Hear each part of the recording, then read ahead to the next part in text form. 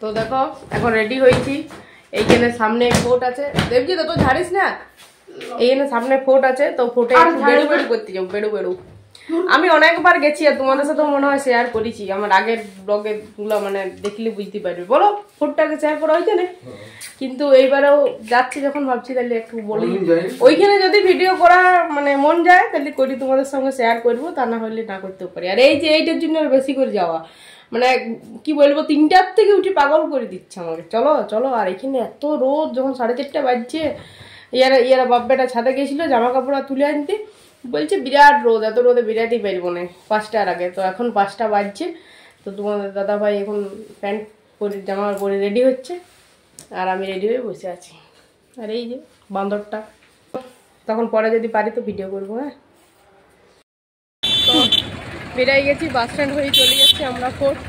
তো ওইখানে ভেলোরের bus stand, তো তারা ব্যাক ক্যামেরা করে ভালো করে দেখাচ্ছে। আর এই দেখো এইখানে ওরা দুজন দাঁড়াও দেখা।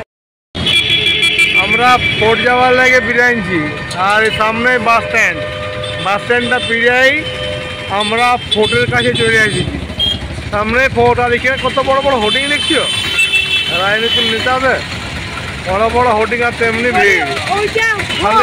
খালি টোটো, হ্যাঁ অটো, খালি অটো, টোটো লয় অটো, আর তেমনি বাসের জ্যাম। এই জানি না শিবাজি বটে মনে হয়, আর দমে ভিড়। সামনে ফোর্ট, যে পিড়াই আমরা ফোর্ট যাবো, রাস্তাটা পিড়াইতে যাবো, রাস্তার দমে ভিড়। এখানে সাইকেল আর মোটর সাইকেল চললো, ফোর্টে ঢুকিয়ে তোমাদের দেখাবো, ঠিক আছে? ওই সামনে ফোর্ট, উপর থেকে কেমন দেখাচ্ছে দেখো, কত ছেলে কত মেয়ে ছেলে একসঙ্গে বসে এখানে রোমান্স করছে। এটা ফোর্টের পার্ক, ফোর্টটা ভালোই ওঠে।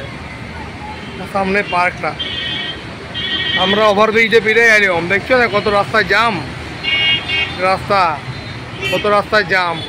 আমরা এই ফুটব্রিজটা ওভারব্রিজে বেরিয়েই উপাস থেকে এই পাশে এলাম, ঠিক আছে? এবার ফোর্টের ভিতরে যাই। তোমার দিদি ওরা নিজে নামিয়ে গেছে, দিদিভাই ওরা, আমি যাই, আমাদের অপেক্ষা করছে না, তাড়াতাড়ি না গেলে জিতে যাবে। তখন ধরে কী করছো, ভিডিও করার তো শেষ নাই তোমার। এইটাই ফোর্ট, টিপু সুলতান ফোর্ট। এইটা কেল্লাটা চারদিক দিয়ে জলে ঘেরা, ওই দিকেও জল, এদিকেও চারদিকে জল। মানে আগে শত্রুরা আক্রমণ করতে আইলে এই কেল্লার ভিতর থেকে রাজা সুরক্ষিত থাকতো আর যুদ্ধ করতো। এইখানে এটা ভেলোরে এইটা ফোর্ট আছে, টিপু সুলতান ফোর্ট। এখন দমে ভিড় হয়, বহু লোক ঘুরতে আসে, আমরাও আসিছি বহুদিন পর। হ্যাঁ, আমার বেটা বলছে বহুদিন আগে দেখি, যদি ভুলে গেছে। আরে বলে চলো একটু ঘুরেই আসি, যখন আসিছি আজ কাজও নাই কোনো, একটু ভিতর দিকে আমরা যাই, দেখি চারদিকে জল আর মাঝে কেল্লা, ঠিক আছে? আমরা ঘুরে আসি। কত বড় বড় পাথরগুলোকে কেমন বসাই কেল্লাটা করেছে দেখো, কোনো সিমেন্ট নাই, কিছু নাই, তার মধ্যে জল নিকাশি ব্যবস্থাও আছে, খুব সুন্দর। আগেকার দিনে কাজকর্মগুলোই খুব সুন্দর, দেখছো উপরে পাথরে কত সুন্দর কাজ কাটি করেছি, সিমেন্ট নাই, কিছু নাই, খালি পাথরগুলো বস করা আনছে কেমন হবে, তার মধ্যে কাজ করেছে, গোটাটাই এমনি। এত সুন্দর কাজ পাথর আগেকার দিনের, কি বলবো। আর দেখো জল নিকাশি ব্যবস্থাটা কেমন ছিল আগে, উপরের থেকে জলটা, কেল্লার উপর থেকে জলটা সে নিচে পড়ছে, এত সুন্দর ব্যবস্থা ছিল জল নিকাশি। যত দিন যাচ্ছে অবস্থা খারাপ হচ্ছে আমাদের ভারতবর্ষের। আগে কি সুন্দর ব্যবস্থা ছিল, চারদিকটায় ভিতরে যাচ্ছে আস্তে আস্তে আমরা। একটা পুরনো হেরিটেজ ঘর এখনও রয়ে গেছে, এই ঘরটা যদিও মনে হচ্ছে দেখে ব্যবহার করা নাই, তবু ওইটা মনে হয় ইংরেজদের আমলে সেই সময় কোনো হেরিটেজ ঘর ছিল। এখনও ঘোড়ায় টানা গাড়ি এখানে আছে, ওই দেখি দাঁড়াই আছে ঘোড়ায় টানায় গাড়ি। তোমার দিদি ওর কোন দিকে গেল? হে, ঠিক আছে দেখি। এই একটা পুরনো হেরিটেজ ঘর, টিপু সুলতানের আমলের, তখন নবাব বাদশাদের ঘর তো এমনিই ছিল। হ্যাঁ, বহু লোক ঘুরতে আসছে এখানে। আর সামনে এই টিপু সুলতান উদ্যান, এইখানে এখন আর কিছু নাই যদিও, তবে ছেলেপুলের সব খেলাধুলা করছে, ক্রিকেট প্র্যাকটিস করছে। হ্যাঁ, হয় দেখা ছেলেরা সব খেলছে, গাদা ছা সব ক্রিকেট প্র্যাকটিস করছে এখানে। যাই হোক, একটা কাজে তো লাগছে। ঠিক আছে, এইখান থেকে রথ বেরায়, সেই রথ। আর সামনে বিরাট মন্দির, ইয়ার স্থাপত্য কারুকার্য এত সুন্দর, তখনকার দিনের লোকের পাথরের হাতের কাজ খুব সুন্দর। সে কাজ থেকে না দেখলে বোঝা যাবে না, দূর থেকে তো বোঝা যাবে না, বুঝতে লাগবে। তো যদি আসা কোনোদিন আসবে, এত সুন্দর কাজ, পুরো নিখুঁত একদম।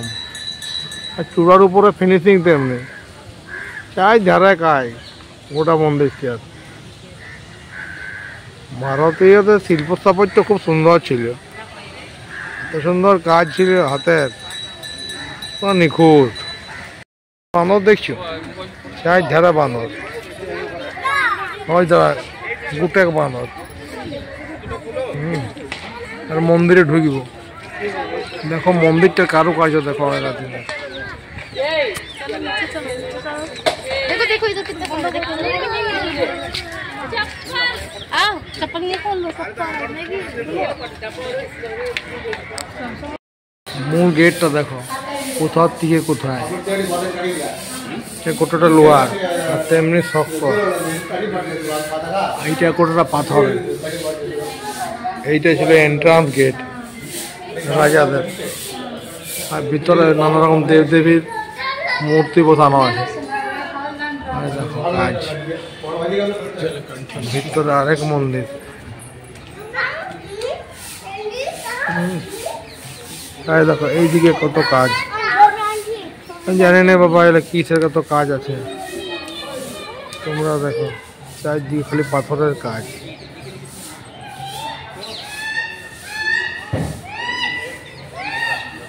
আর এই পুকুরটা নাকি রানী যে চান করতে হবে, এই তোমাদেরকে একটু দেখাই পুকুরটা। এই পুকুরটায় আগে রানীতে চান করতে নামছে, এখন জলে ভরে গেছে। ওইদিকে সিঁড়ি আছে, রানীরা এখানে চান করতে নামছে।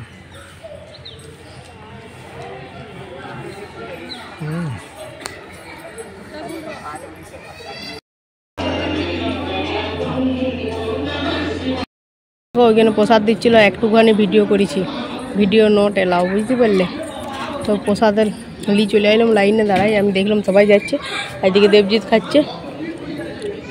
তো চলো এখন প্রসাদটা দিয়েছে, খাইলি। হ্যাঁ ঠিক টাইমে গেলাম, ওদের কিন্তু একটা ইয়ে আছে, ভিডিও করলাম, তারপর খাইলি ঠিক টাইমে গেলাম। ওদের একটা বাজেট আছে, মানে একটা বড় বিরাট বড় গামলা আছে, ডেকোরেটরের যে গামলাগুলো রান্না হয় ওইরকম একটা গামলায় ভর্তি, মানে এইরকম করা আছে। এটা কি জিনিসটা আমি ঠিক বুঝতে পারছি না, খিচুড়ি না পোলাও না কিছু, মানে টক টক আর একটু ঝাল ঝাল, বুঝলে। তো খাইতে ভালোই লাগছে, খারাপ লাগে না। তো যাই হোক, দেবজিতের আমি লাইনে যাই দাঁড়াই নিলাম, আর তোমার দাদা ভাই তো এখানে ভিডিও করতে ব্যস্ত ছিল, দিয়ে ফোন করেছে যে আমরা কোথায় গেলাম। তা বলে আইসে আইসে চট করে লাইনে দাঁড়াই আছি, তারপর ওকে ভিতরে ঢুকাই দিলাম। আমাদের কিছু বলবে, যা বলছে বলো, কিছু মনে হেল্প চাইছে। যাই হোক চলো, এটা এখন খাইলি, বেশি বকর বকর করবো না। হ্যাঁ প্রসাদ, ঠাকুরের প্রসাদ।